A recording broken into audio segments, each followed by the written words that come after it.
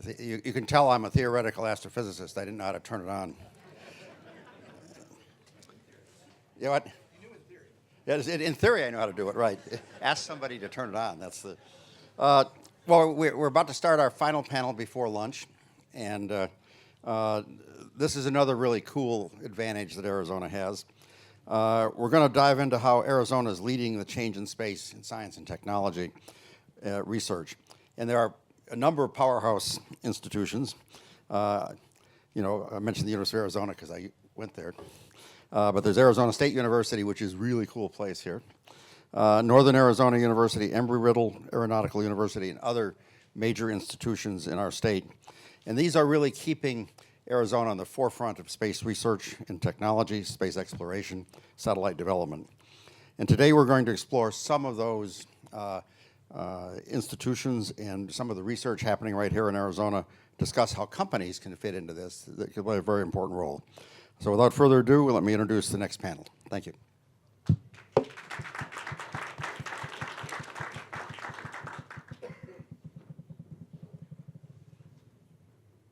Hello, everyone. My name is Erika Hamden. I am a professor of astrophysics at the University of Arizona.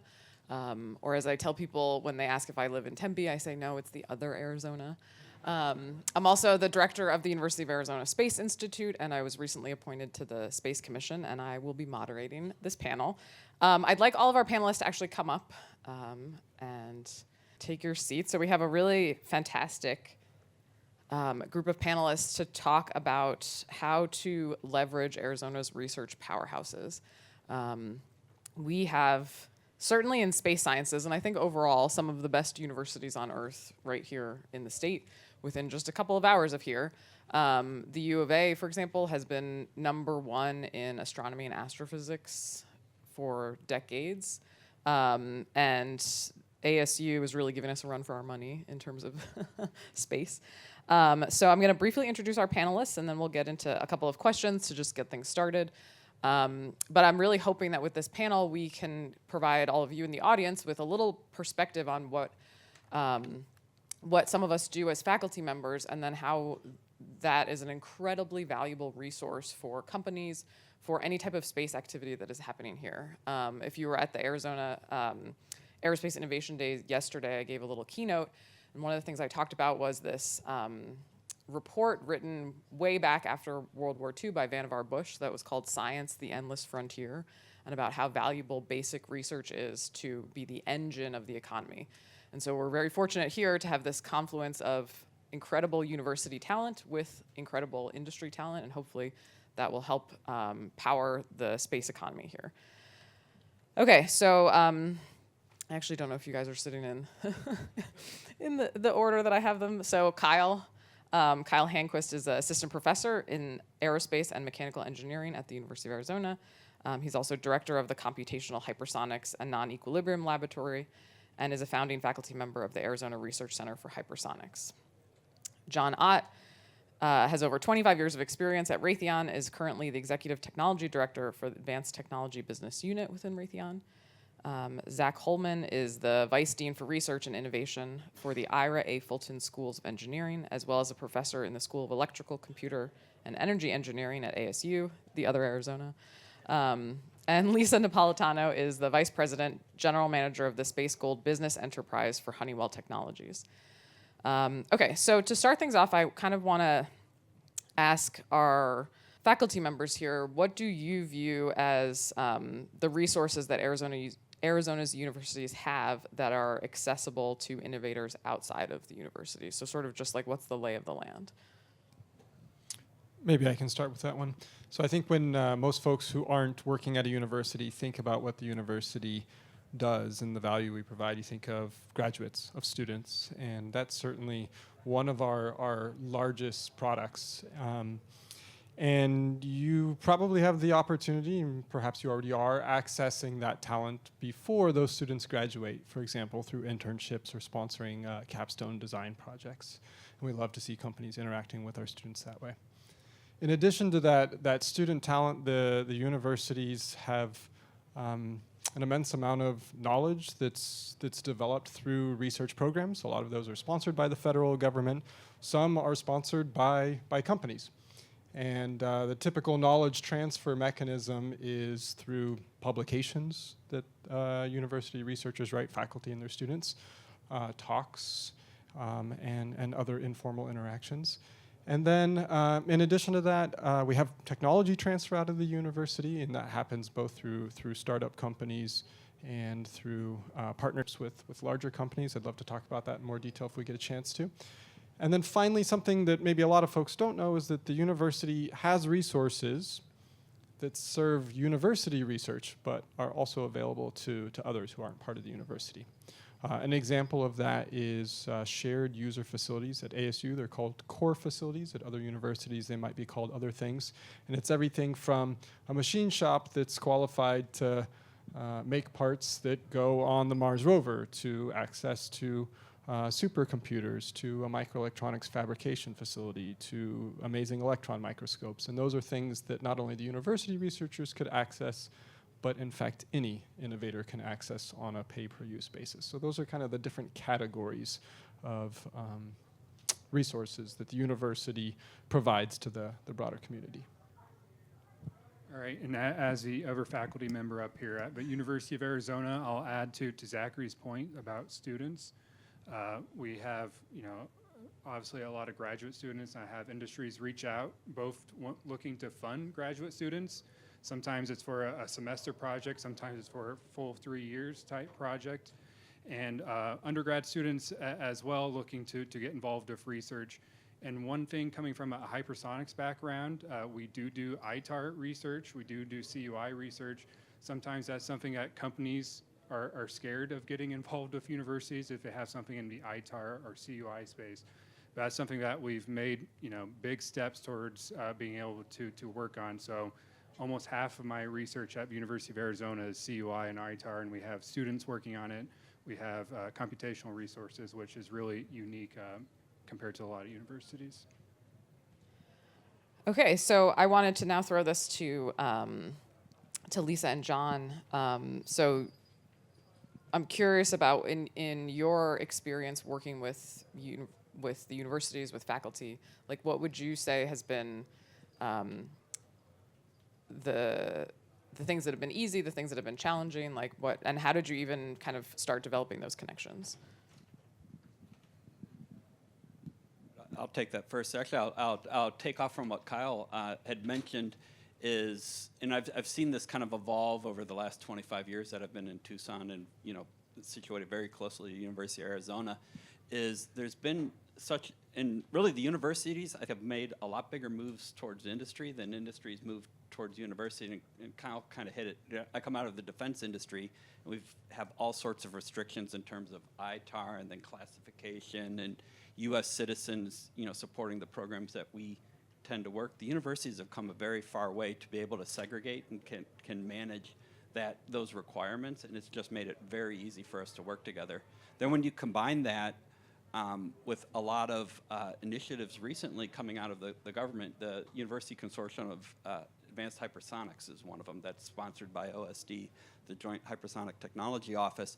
It has kind of put the framework in place so that industry and universities can work together, and has put a stamp of approval on that and furthered the ability to do that. So it's, and I think the other thing that's happened at the universities that I've seen over this period of time is they've really become much more business oriented in their thinking. You see it at ASU, you see it at University of Arizona. There's been so much growth and so much interaction with industry, to back and forth between the students, what they're able to do and work on real projects, and then those students feeding into that whole ecosystem of companies. It's been very beneficial and complementary.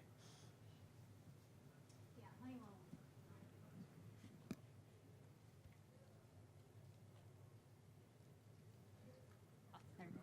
All right, thank you.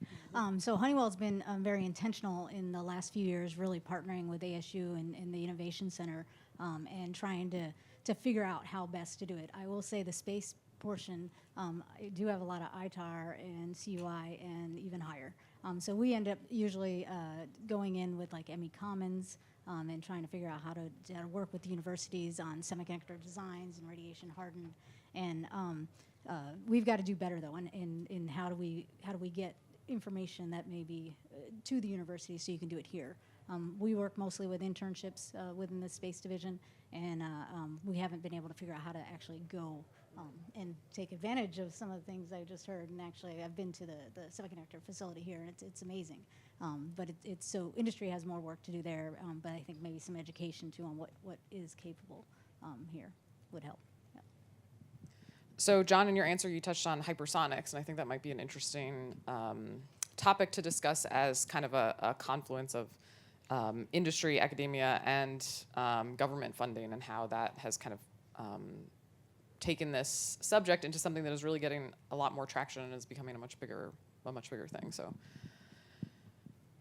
maybe you want to describe kind of a little bit of the process of how that got started. Yeah, hypersonics, as a domain, maybe it sort of precedes this revolutionary changes that have happened over the last 5 years in space. So could maybe be a model for how the collaboration in the space domain proceeds. But hypersonics was really an academic, almost, I don't want to call it theoretical, but it was not practical in terms of actual application, say 25 years ago when I started. We had big programs, big efforts like NASP that were huge government initiatives, but couldn't quite get off the ground. As capabilities progressed in terms of materials and propulsion systems, a lot of it bubbled up through universities. It became more practical in terms of actual applications, and we see it in hypersonic weapons. There's a lot of work towards hypersonic aircraft, hypersonic unmanned systems.